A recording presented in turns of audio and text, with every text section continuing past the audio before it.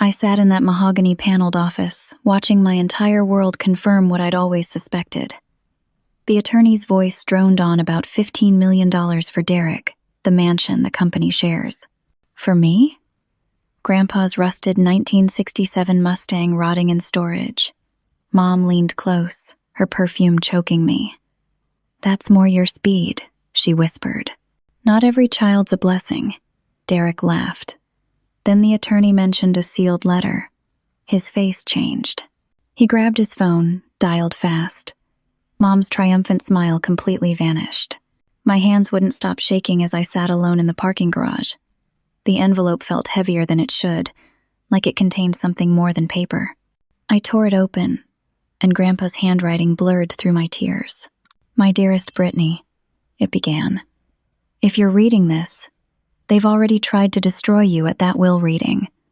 I'm sorry for what you just endured." I pressed the letter against my chest, remembering how Mom's eyes had gleamed with satisfaction when the attorney announced Derek's inheritance, how she'd always looked at me like I was something she'd scraped off her shoe. The letter continued. "That car was my most precious possession. It holds everything I couldn't say while alive. Trust nothing about what you just heard. The car contains the real inheritance. Find the restoration manual in the glove box. Follow every instruction carefully. When you discover what I've left you, call Frank Castellano immediately. His number is inside. You were always my favorite. You were always my real grandchild. Now you'll understand why." Real grandchild? What did that mean? I drove across town to the storage facility, my beat-up Honda sputtering the whole way. The neighborhood made me nervous. Graffiti-covered walls, broken glass glittered on sidewalks. Unit 217 hadn't been opened in 8 years, according to the dusty logbook. The metal door screeched as I rolled it up. There sat the Mustang under a stained tarp, forgotten and alone. Just like me, I thought.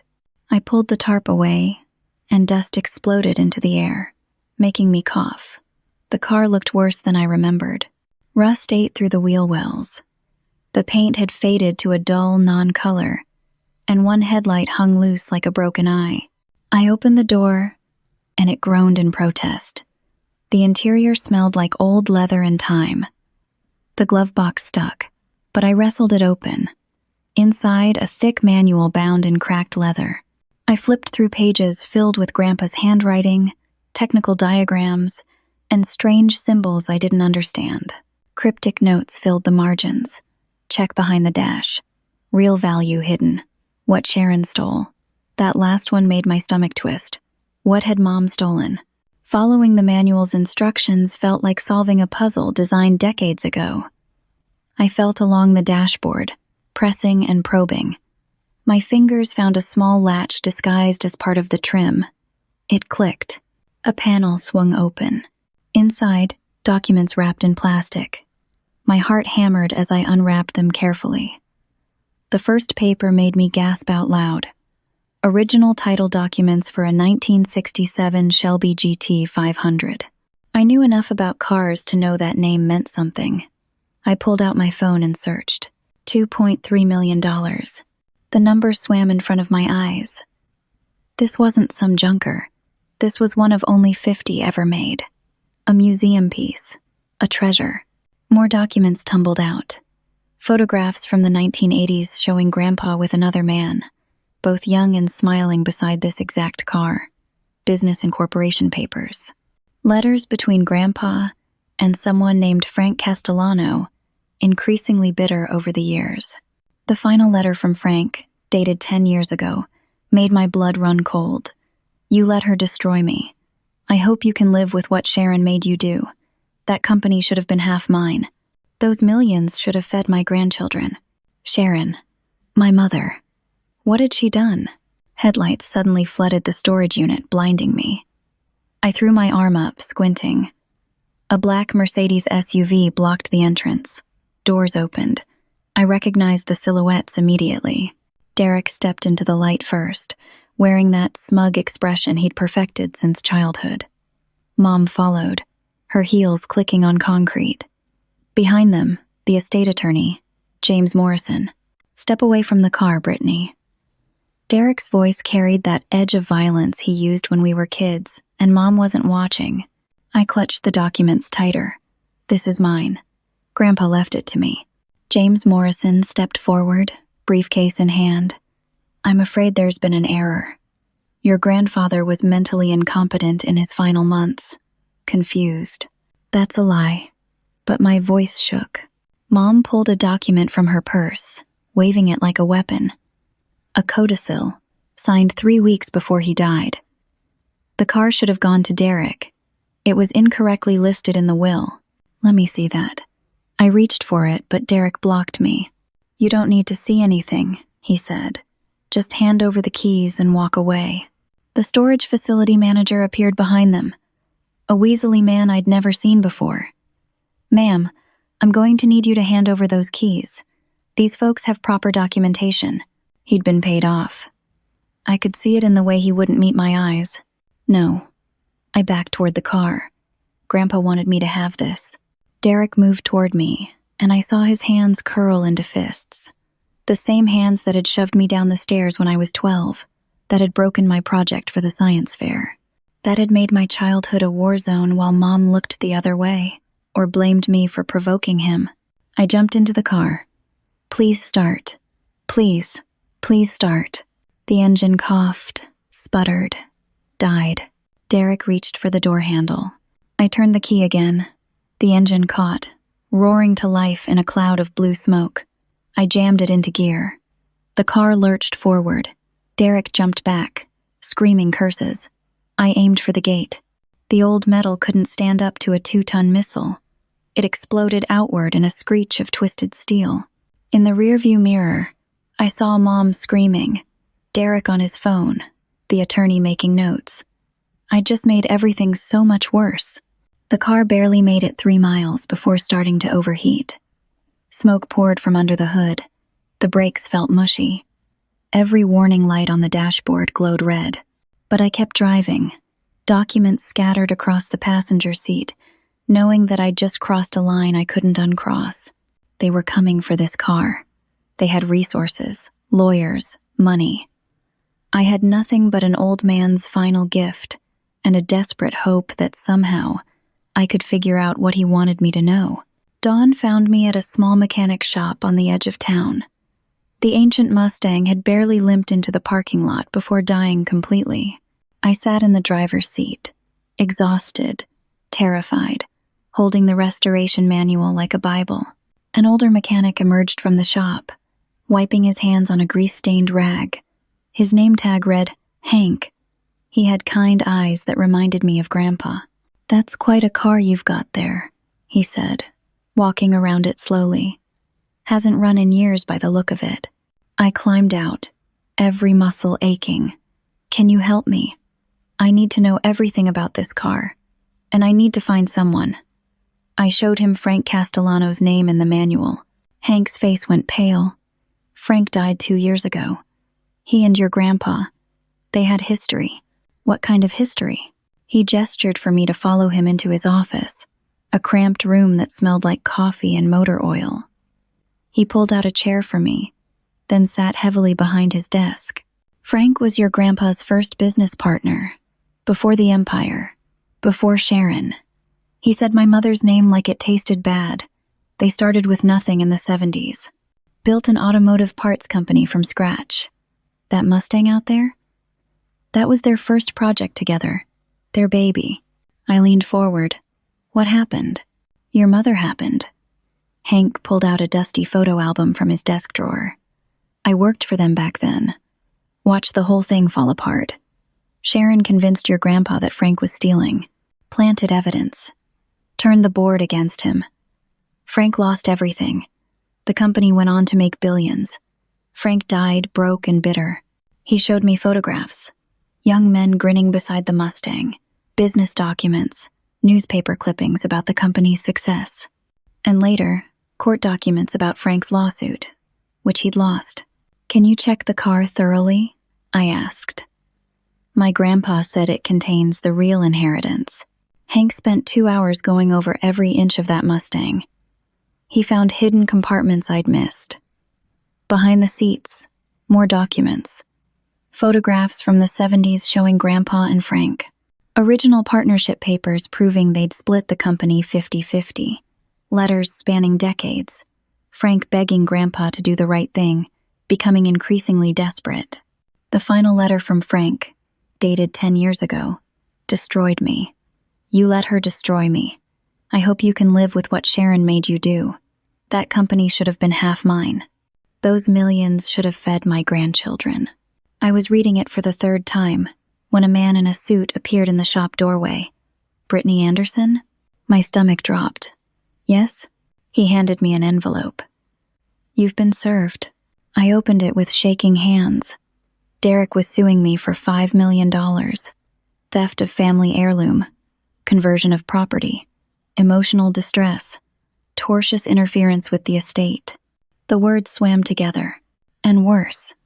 An emergency restraining order demanding I immediately surrender the vehicle. Court hearing in 72 hours. They're not wasting time, Hank said quietly. I used the last of my savings to consult with an attorney that afternoon. Her office was small, cluttered with case files. She reviewed the lawsuit with a grim expression. This is aggressive, she said. Your brother has expensive lawyers. Look at this. She spread documents across her desk. Medical records suggesting Grandpa had dementia. A psychiatric evaluation stating he was easily confused and manipulated. Affidavits from caregivers claiming I'd visited frequently in his final months. That I was controlling and demanding. The codicil Mom had shown looked legitimate. Properly notarized. Official seals. To fight this, you'll need a $50,000 retainer minimum, the attorney said. Discovery, depositions, expert witnesses to counter their medical evidence. Could take 2 years in court. I made $45,000 a year as a high school teacher. I had $8,000 in savings. No assets except the car they were trying to take. Maybe you should consider settling, she suggested gently. Cut your losses. I left her office feeling like the walls were closing in. Back in my apartment that night, I stared at my phone. Derek's attorney had already sent a settlement offer by email. Give up the car immediately. Sign away all estate claims.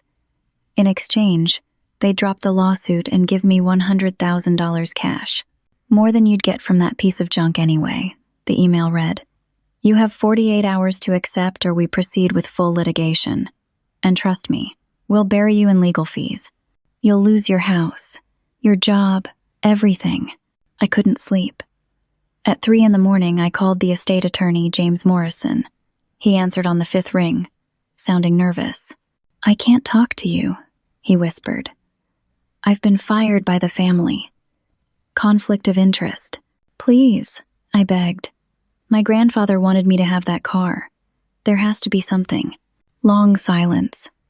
Then, barely audible, Frank's son, Portland, Oregon. That's all I can say. The line went dead. Frank's son.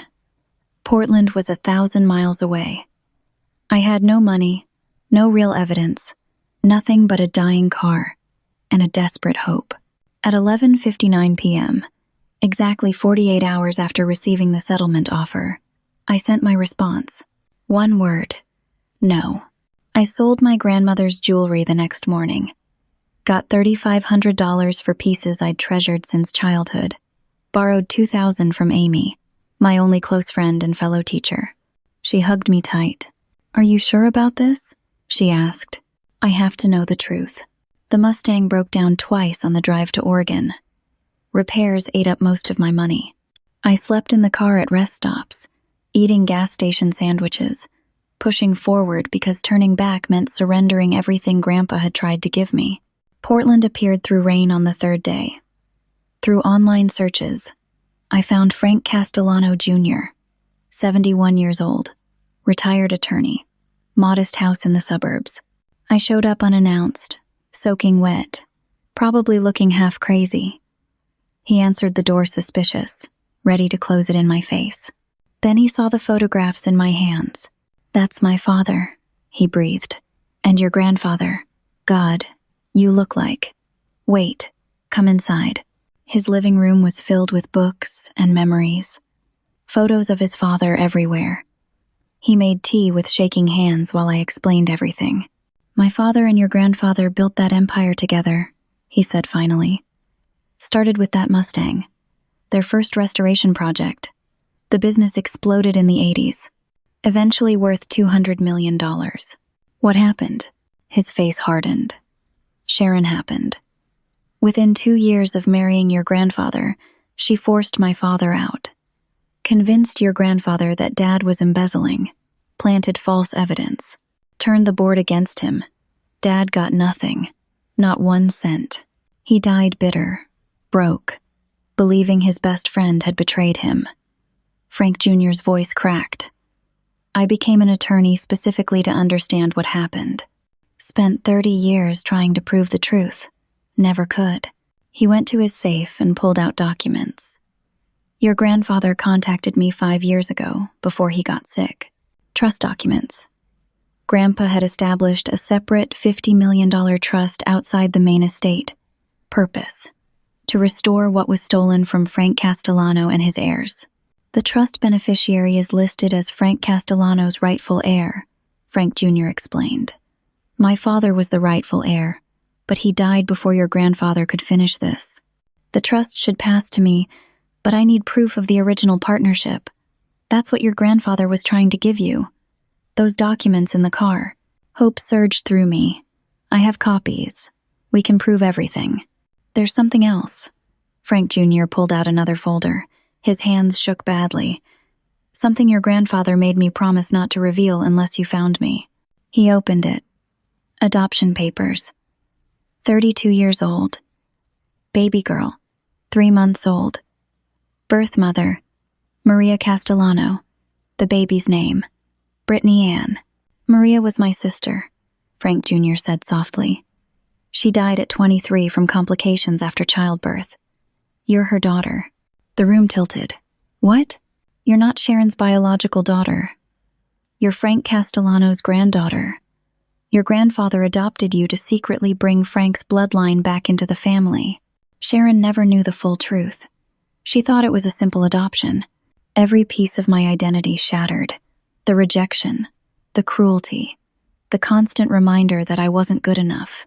It all made terrible sense now.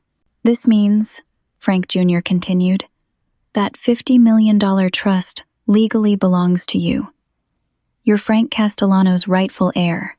Through the front window, I saw a familiar black Mercedes SUV parking. No, I whispered. Sharon got out, then Derek, then James Morrison. How did they? Frank Jr. started. Tracking device, I realized.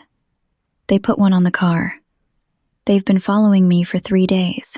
They burst through the front door before we could lock it. No warrant, no permission. Sharon's face twisted with rage. You're not a Castellano.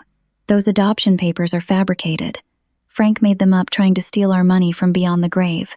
Derek grabbed for the documents on the table. I lunged to protect them, but he was stronger. Always had been. We struggled. Papers scattered everywhere. James Morrison filmed it on his phone. She's assaulting us, breaking and entering. Frank Jr. tried to intervene.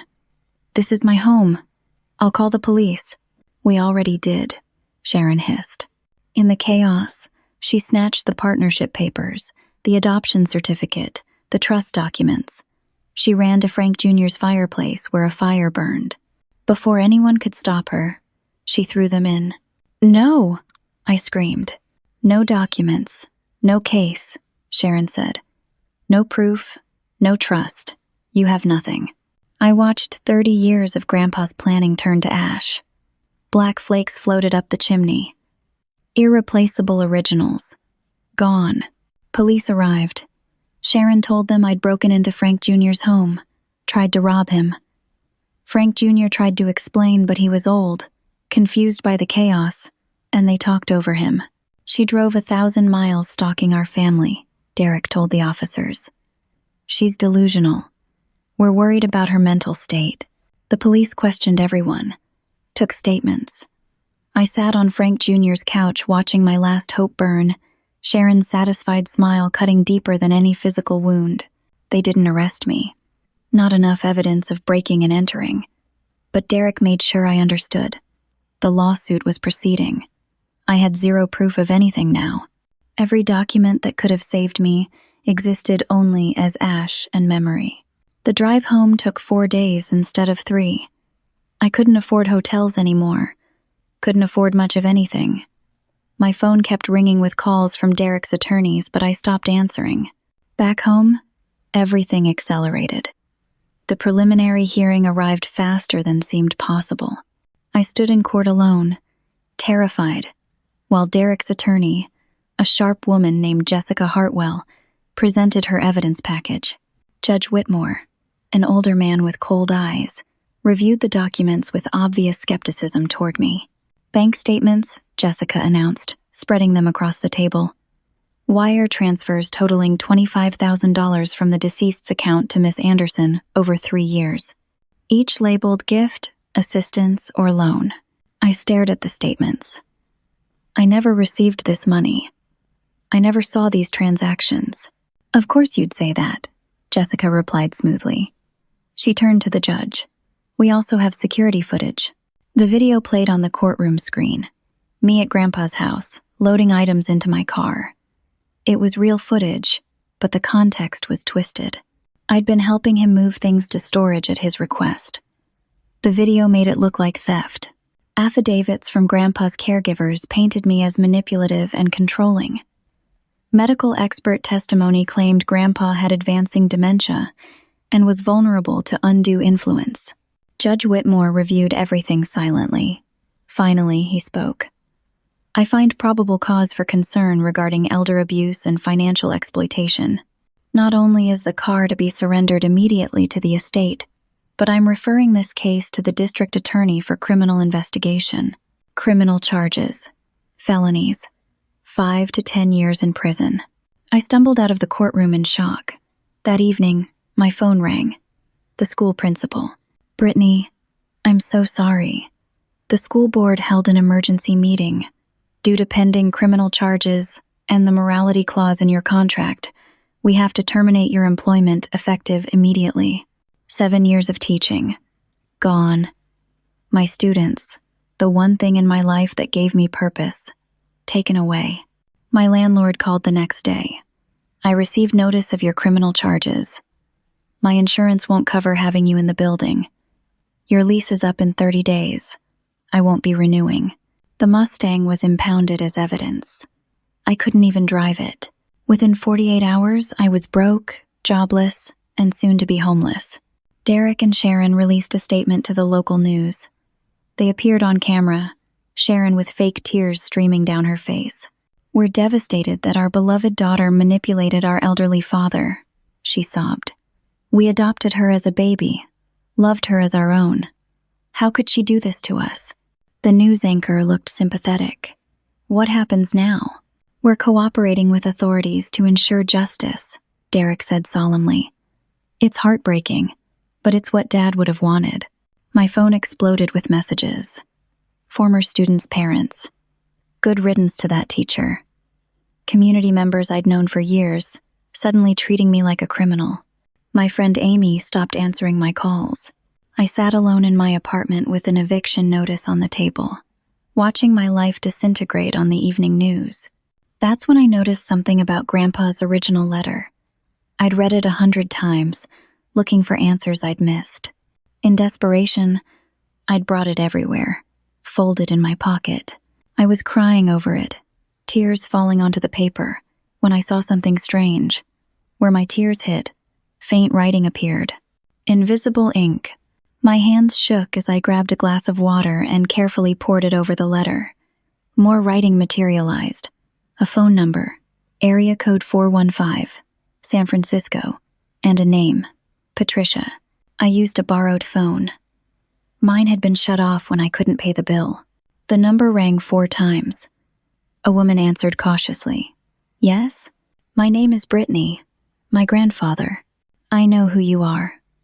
I've been waiting for your call for 6 months. My heart hammered. Who are you? My name is Patricia Rousseau. I was your grandfather's attorney. His real attorney, not James Morrison. Me. We need to meet. Tomorrow. Come alone. Tell absolutely no one. Why? Her voice dropped to barely a whisper. If they find out you've contacted me, they'll kill us both. The line went dead. I sat in darkness, criminal charges looming, everything lost, but one thin thread of hope. A secret attorney who'd been waiting, who might have answers, who might have proof, whose first words were about being killed. The diner sat 2 hours outside the city, off a forgotten highway. I arrived at 6 in the morning, having borrowed more money from my dwindling resources for gas. The parking lot was nearly empty. Patricia Rousseau sat in a booth with a view of the parking lot. She was in her 60s, professionally dressed, but her eyes darted constantly to the windows. When I slid into the seat across from her, I saw her hands were shaking. "You look exactly like Maria," she said softly. "Your real mother. How did you know her?" "I'll explain everything. But first, you need to understand the danger we're both in." She pulled documents from her briefcase, spreading them across the table like cards in a dangerous game. "I drafted your grandfather's actual will 2 years ago," she began. "He was completely mentally competent. I had him certified by 3 independent doctors specifically to prevent challenges." She showed me the real will. My breath caught. Derek, $1 million. Sharon, $500,000. Me, the mansion worth $12 million, 45% of company shares worth $90 million at current valuation, and access to the $50 million Castellano Trust. The Mustang was symbolic, but also worth millions, as a collector's item. "Your grandfather discovered the truth about what Sharon did to Frank Castellano," Patricia continued. "Spent his final years trying to make it right. This will was his justice." "Then what happened?" "James Morrison is Sharon's second cousin. She contacted him 6 months before your grandfather died. They planned to switch the real will for a fake one after death." "How?" "I filed the original will with the state registrar. It's legally binding, but someone broke into the registrar's office. The original filing was stolen." She pulled out a laptop and played a video. Grandpa, sitting in a chair, looking directly at the camera. Date stamped. Notarized. Witnesses present. "My name is Richard Anderson," he said. "I'm 78 years old and of sound mind. I'm making this recording because I know my family will challenge my will. I want to explain everything." The video continued for 20 minutes. Grandpa detailed how Sharon manipulated him 40 years ago, how she convinced him Frank was stealing, how she isolated him from his best friend, how she'd been embezzling from the company for 20 years, over $30 million, how Derek had been laundering money through shell companies. "They're not just greedy," Patricia said. "They're criminals. Wire fraud, money laundering, conspiracy. I have all the evidence." "Then why haven't you come forward?" Her face went pale. "When I tried, things happened. My office was broken into, files stolen. My car was tampered with. Brakes failed.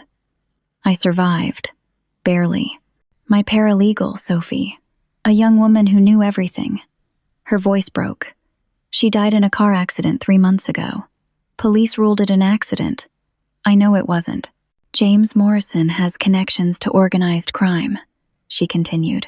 "His other clients include money launderers, loan sharks. Sharon doesn't just want the money. She needs to silence anyone who knows the truth." I felt cold all over. What do we do? I kept the most important evidence hidden.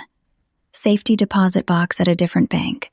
Original will, full video confessions, complete financial records proving the embezzlement. I've been too afraid to act alone. But together, we go to the FBI and State Bar Association. For the first time in weeks, I felt hope. We made a plan. Retrieve the documents tomorrow morning. Patricia would contact an FBI special agent she knew. I'd finally be vindicated. We left the diner together, walking across the parking lot toward her car. Dawn was breaking, painting the sky pink and gold. I never saw the black SUV until it was too late. It came from nowhere, engine roaring, aimed directly at us. Patricia screamed. We dove between parked cars. The SUV smashed into Patricia's sedan with a horrible crash of metal and glass. "Run!" Patricia grabbed my hand. We sprinted. The SUV reversed, tires squealing. It came at us again. Patricia fumbled with her car keys, got her door open. I jumped in the passenger side. She peeled out of the parking lot as the SUV rammed us from behind. "They found us," she gasped. "They've been watching." Rural roads, dangerous curves, trees blurring past. The SUV stayed close, ramming us whenever we slowed. Patricia's hands gripped the wheel so tight her knuckles went white. A sharp turn appeared. Too fast. Patricia hit the brakes, but it was too late. The car went off the road, crashing through brush, slamming into a ditch. The impact knocked the wind from my lungs. My door was jammed, window shattered. Blood ran down my face from a cut on my forehead. Patricia slumped over the steering wheel, unconscious, blood streaming from her head. I heard footsteps approaching. Through the shattered window, I saw a figure in a hoodie, face hidden. They reached through the window, grabbed Patricia's briefcase from the back seat. "No!" I tried to fight, but I was trapped, injured. The figure ignored me, took the briefcase, and ran back to the SUV. It drove away, leaving us broken in the ditch. The ambulance took forever to arrive. They loaded both of us, Patricia still unconscious. In the ambulance, before the paramedics gave me something for the pain, Patricia's eyes fluttered open. She gripped my hand with surprising strength. "Safety deposit box," she whispered. "First National Bank downtown. Key is in the car." "What car?" "The Mustang. Spare tire compartment. Box 847. Then she passed out again. At the hospital, they told me I had a concussion, broken ribs, lacerations. Patricia was in ICU. Serious condition. Brain swelling. Police came to take my statement. They treated the crash as an accident. No evidence of the SUV. No witnesses. Just two women who ran off the road. I lay in the hospital bed, battered and broken, and realized the horrible truth. To get the evidence that could save me, I needed access to the impounded Mustang. But a court order forbade me from going near it. If I tried, I'd be arrested immediately. Patricia might die. The evidence might be lost forever. And Derek and Sharon were still out there, celebrating their success, planning their next move. 3 days later, I was released from the hospital. Patricia remained unconscious in ICU. The doctors induced a coma to reduce brain swelling. They said she might never wake up. Even if she did, she might have permanent brain damage. Her testimony, if she survived, might be inadmissible. I stayed at a cheap motel, the only place I could afford with borrowed money. Criminal trial date was set for 6 weeks away. Discovery deadline approaching. I had no evidence, no attorney, nothing. Derek's lawyer sent another email. Renewed settlement offer. Plead guilty to misdemeanor elder abuse. 3 years probation. Give up all estate claims forever. Leave the state permanently. Alternative is felony trial. You'll get 10 years in prison. We have overwhelming evidence. 24 hours to decide. The pressure was unbearable. My friend Amy finally called. "Brittany, I'm sorry. I can't help anymore. My principal warned me about associating with you. I could lose my job. Even she was abandoning me." I sat on the motel bed, considering the plea deal. At least I'd be free eventually. Could start over somewhere else. Maybe that's what Grandpa would want. My survival, not my destruction. I drafted an email accepting the deal. Before sending it, I went to the hospital chapel. Sat alone in the empty room. "I'm sorry, Grandpa. I tried. I really tried. You look exactly like your mother." I turned. An elegant, elderly woman stood there. Expensive clothes, kind eyes, mid-70s. She sat beside me. "Your real mother, Maria," she continued. I stared. "Who are you?" "Catherine Castellano, Frank's widow, your step-grandmother." She'd been watching from a distance for months. Frank told her everything before he died. About the partnership, the betrayal, the granddaughter he never knew. When Frank died, I was angry, she said. At your grandfather, at Sharon, at all of it. But your grandfather contacted me 5 years ago, apologized, explained, begged me to watch over you. He told me what he was planning. The will, the car, the trust. He asked me to wait, see if you had Frank's strength, if you'd fight. I did fight, I whispered. I lost. Catherine smiled sadly. Unlike Frank, I was independently wealthy, made a fortune in tech investments in the 90s, worth over $200 million. I can fund your legal fight. Best attorneys in the country. I can protect Patricia. Private security, best medical care. But I need to know, are you willing to go all the way?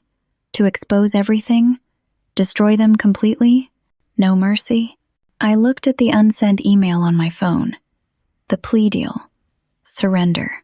I thought of Grandpa, of Frank, of Maria, my real mother who died giving birth to me.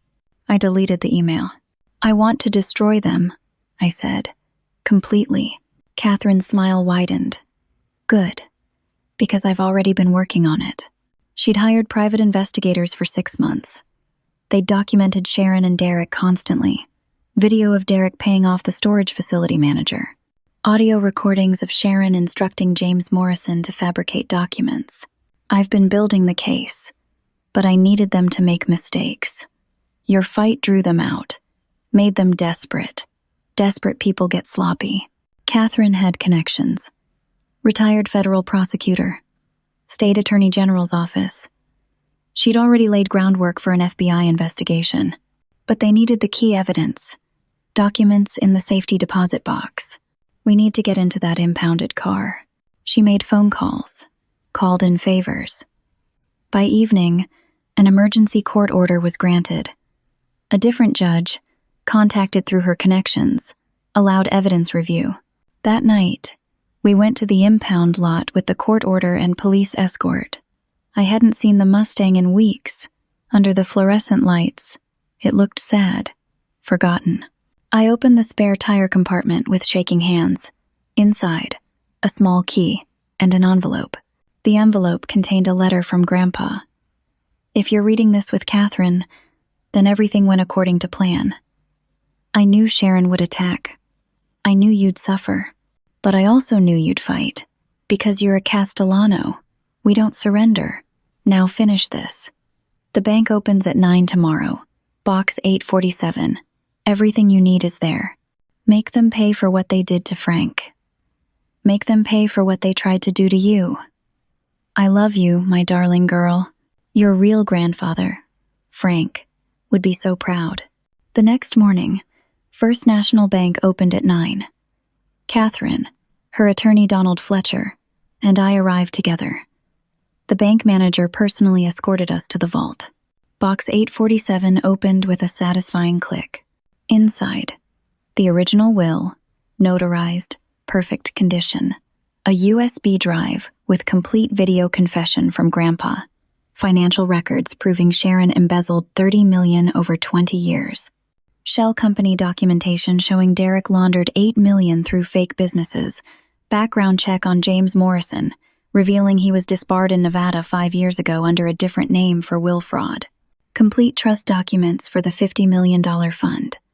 Original adoption papers proving I was Maria Castellano's daughter.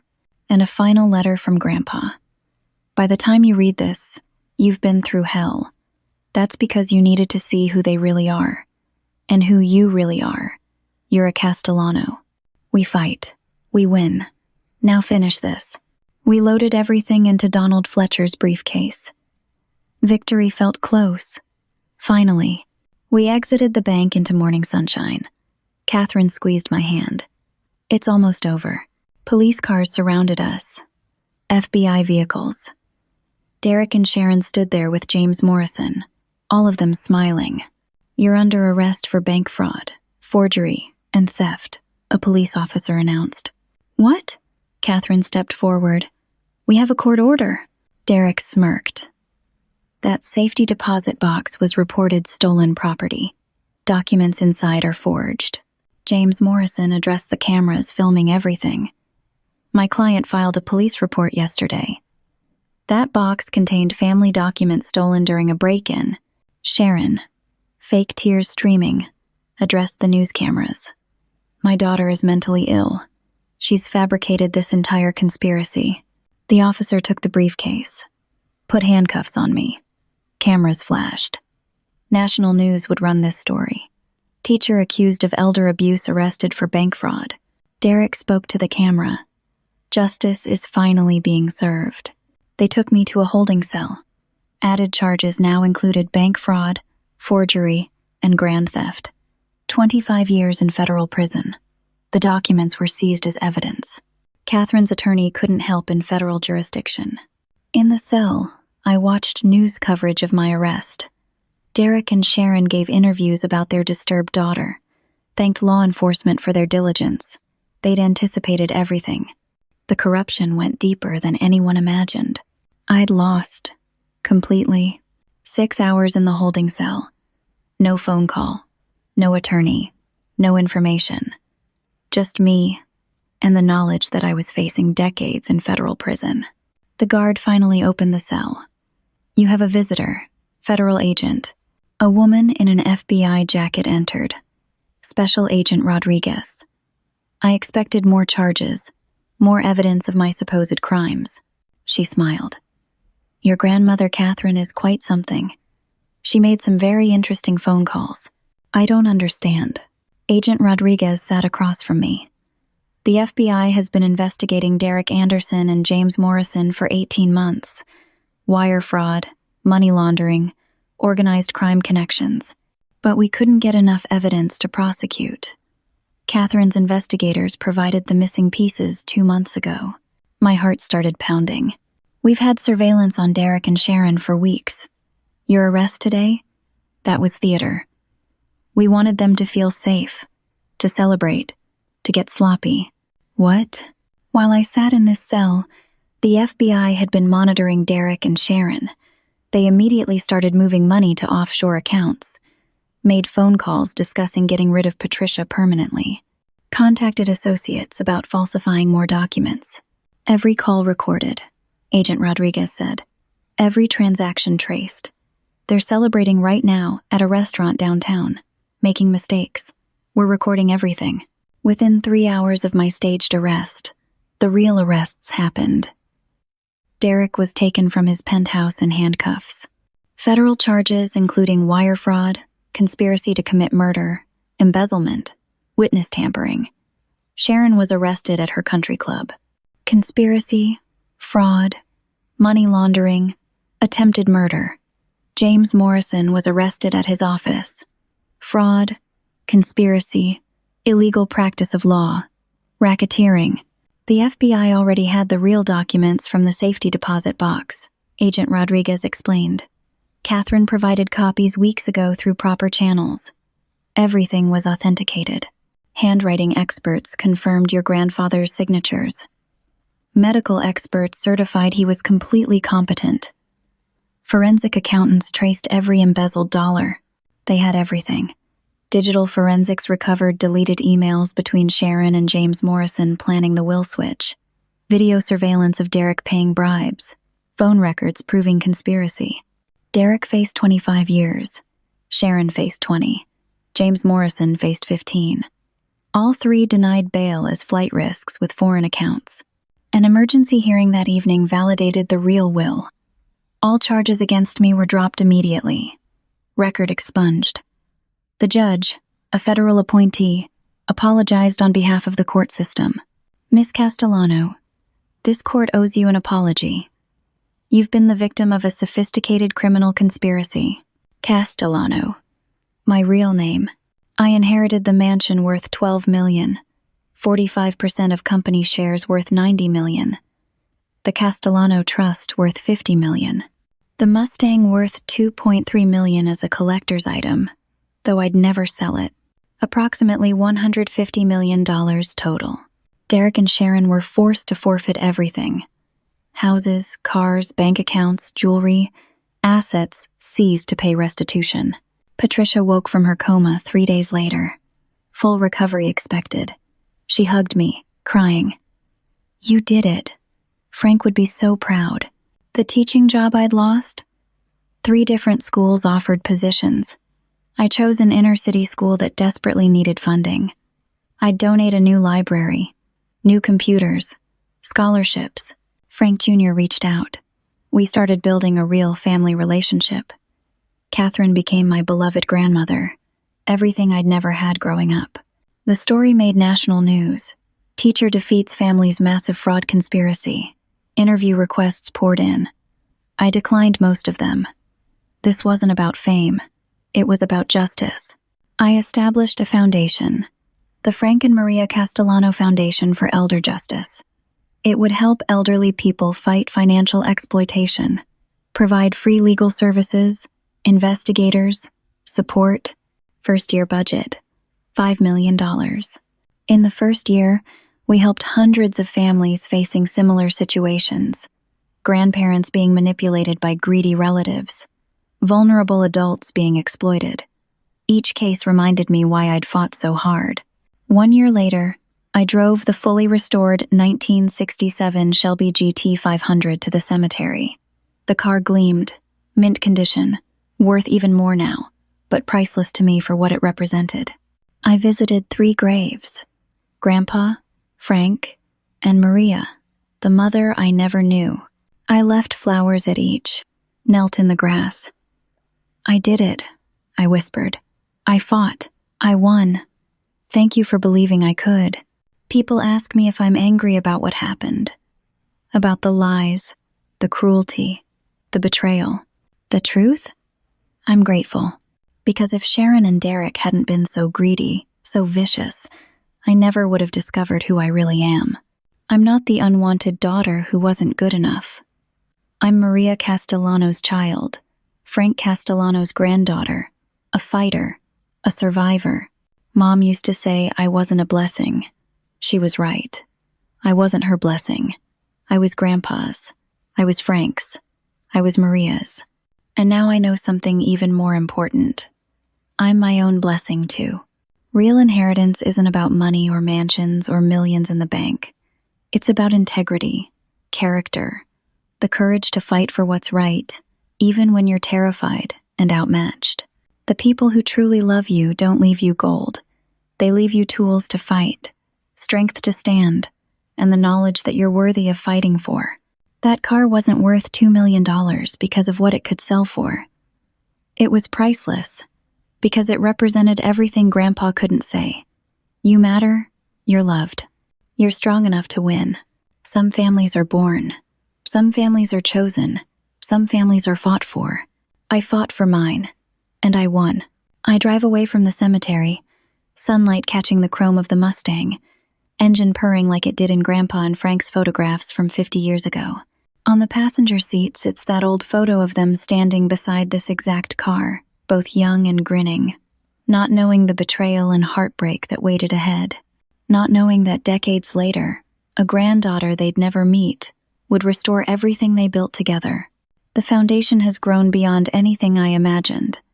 We've helped over 300 families in the past year. Just last week, we stopped a case remarkably similar to mine. A granddaughter being written out of a will by manipulative parents. We caught it early. She didn't have to suffer like I did. Patricia works with us now, fully recovered, sharp as ever. She says helping others heal her, gives purpose to what she survived. Catherine and I have dinner every Sunday. She tells stories about Frank, about Maria. I'm learning my real family history. The Castellanos were fighters, builders, survivors. That blood runs through my veins. Derek and Sharon are serving their sentences in federal prison. Derek got 23 years. Sharon got 19. James Morrison got 12. Their appeals were denied. Sometimes I think about visiting them, letting them see what I've become, but they're not worth my time. They're exactly where they belong. The school where I teach now feels like home. My students come from tough backgrounds, broken families, economic hardship. They remind me that pain doesn't define us. Our response to it does. Last month, one of my students asked me about the news stories. about what happened. I told her the truth. That family isn't always about blood. That sometimes the people who are supposed to love us hurt us the most. But that doesn't mean we're unlovable. It means they're incapable of real love. I told her that when life strips everything away, when you're at your absolute lowest, that's when you discover who you really are. And if you don't like what you find, you have the power to change it. She cried, told me her stepfather treats her like she's worthless. I helped connect her family with resources through the foundation. She's safe now, thriving. That's what the money means. Not fancy cars or designer clothes or expensive vacations. It means the power to help, to protect, to fight for people who can't fight for themselves. Grandpa knew exactly what he was doing. The car wasn't just an inheritance. It was a test, a journey, a transformation. He knew I'd have to fight for it, suffer for it, nearly lose everything for it. Because that's what would forge me into the person I needed to become. The person strong enough to carry the Castellano name. I think about that while reading often. Mom's smirk when she said I wasn't a blessing. Derek's laughter. The way they looked at me like I was garbage, they finally had permission to throw away. They thought they were destroying me. They had no idea they were creating me. Every cruel word was fuel. Every obstacle was training. Every moment I wanted to quit but didn't was another brick in the foundation of who I am now. So yes, I'm grateful. For all of it. Even the pain. Especially the pain. Because pain is an extraordinary teacher if you're willing to learn its lessons. The Mustang rumbles beneath me as I drive through the city. People turn to look. They see a valuable classic car. I see something more. I see Grandpa and Frank's dream. I see Maria's legacy. I see proof that love transcends death, that justice eventually prevails, and that the strength we need is already inside us, waiting for the moment we're brave enough to claim it. My phone rings. Catherine, there's a new case. An elderly woman being exploited by her nephew. Needs immediate help. Can I come? I smile. I'm on my way. This is my life now. Fighting for people who can't fight for themselves. Using money that was stolen and hoarded and weaponized, transforming it into something that heals and protects and saves. Sharon used to say, "Not every child is a blessing." She was trying to wound me, but she accidentally told a profound truth. Not every child is a blessing to their parents. Some of us are meant to be blessings to the world instead. I pull into Catherine's driveway. She's waiting on the porch, documents in hand. Another case. Another family that needs help. Another chance to turn pain into purpose. As I walk toward her, the Mustang gleaming behind me, I think about what Grandpa wrote in that final letter. You're strong enough to win. He was right. And if you're listening to this story because you're facing your own betrayal, your own impossible fight, your own moment where everything seems lost, I want you to know something.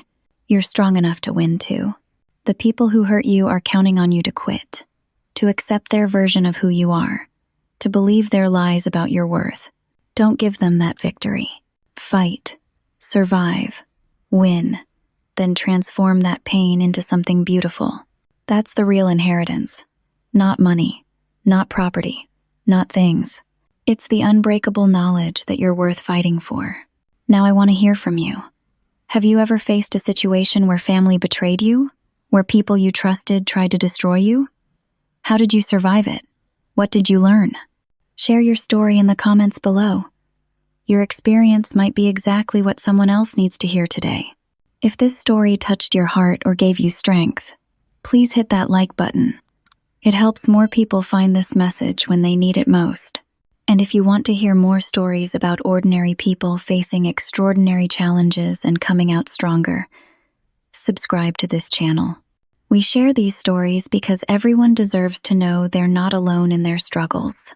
Finally, if you know someone who needs to hear this message today, someone who's fighting their own impossible battle, please share this video with them. Sometimes a story is all it takes to give someone the courage to keep going. Thank you for listening. Thank you for being part of this community. Thank you for believing that justice and truth still matter. Remember, Some families are born. Some families are chosen. Some families are fought for. Fight for yours. You're worth it. Until next time, keep fighting. Keep believing. Keep winning.